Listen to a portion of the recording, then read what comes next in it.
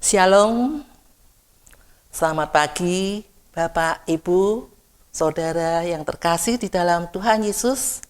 Kita akan mendengarkan renungan pagi, hikmat pagi pada hari ini yang akan dipimpin oleh Pendeta Utomo. Tapi sebelumnya, mari kita berdoa terlebih dahulu. Tuhan Bapa yang ada dalam kerajaan surga yang mulia, kami datang ke hadirat-Mu, kami bersyukur, kami berterima kasih. Kami boleh menikmati hari baru, udara baru yang Kau sediakan untuk kami.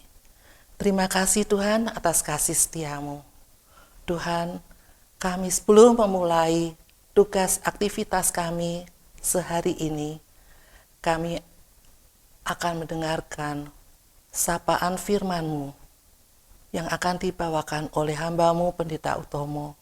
Tuhan pimpin dan sertai kami agar kami dapat mengerti akan firman-Mu dan kami dapat menjalankan firman-Mu seturut dengan kehendak-Mu.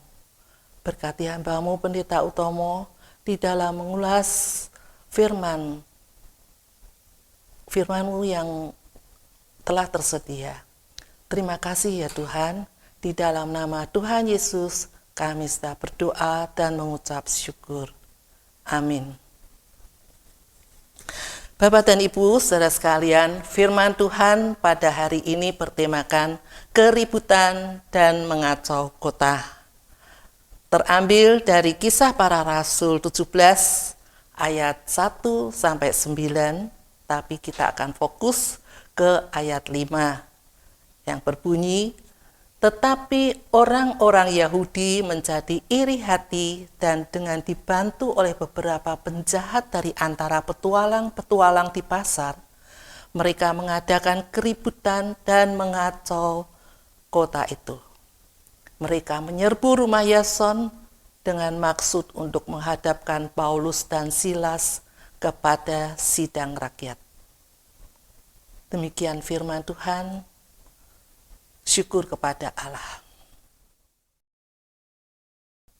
Selamat pagi saudara-saudara yang dikasihi Tuhan. Republika.co.id pada 2 Mei 2018 menurunkan berita dengan judul Gereja diserang, 9 orang tewas. Sedikitnya 9 orang, termasuk seorang pendeta, tewas dan puluhan terluka di ibu kota Republik Afrika Tengah, Bangui, akibat serangan kelompok bersenjata. Menurut petugas kamar mayat dan saksi, para milisi menyerang gereja saat kebaktian. Gereja Notre Dame de Fatima diserang dengan tembakan dan granat selama kebaktian pagi, kata saksi Selasa 1 Mei. Jemaat yang terjebak melarikan diri melalui lubang di dinding gereja. Tidak jelas apakah semua yang dibawa ke community hospital tewas dalam serangan gereja itu.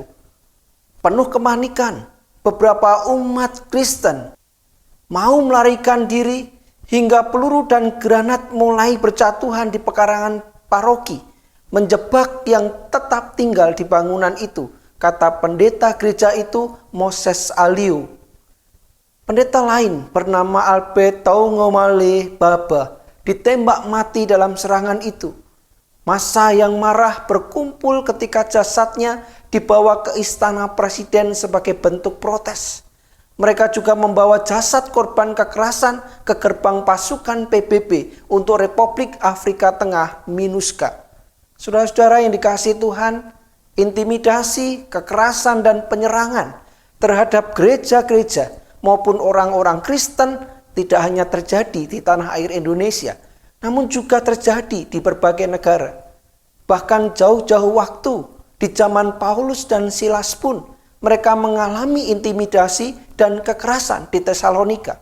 Ada orang-orang Yahudi yang menjadi iri hati karena pelayanan Paulus dan Silas yang mampu merebut hati beberapa orang Yahudi. Sejumlah besar orang Yunani yang takut kepada Allah dan perempuan-perempuan terkemuka di Tesalonika. Mereka yang mendengar pengajaran Paulus dan Silas tentang Tuhan Yesus Sang Mesias menjadi yakin serta menggabungkan diri dengan Paulus dan Silas. Orang-orang yang tidak suka kepada Paulus dan Silas mengadakan keributan dan mengacau kota Tesalonika dengan dibantu beberapa penjahat dari antara petualang-petualang di pasar.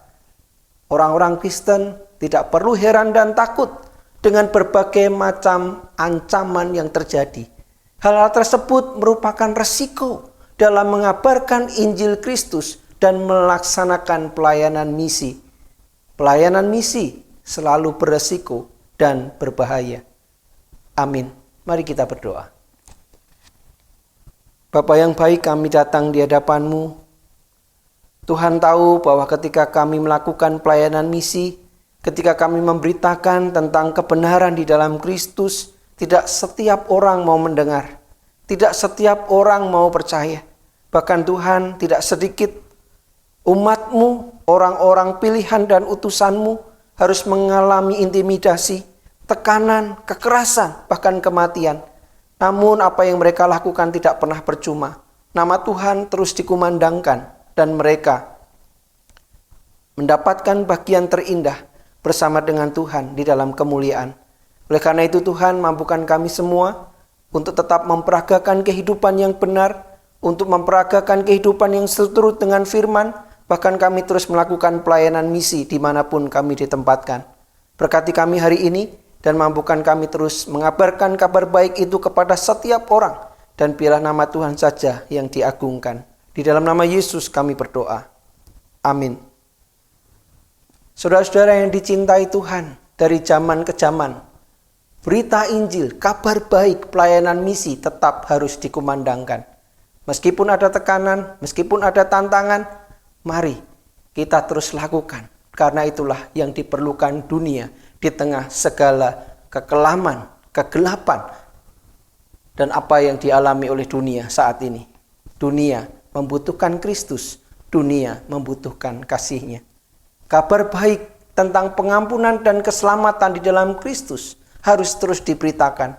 Meski seringkali dipenuhi tantangan, penolakan dan kekerasan, pelayanan bermisi bagi Tuhan tetap harus diutamakan dan diperjuangkan bagi kehidupan.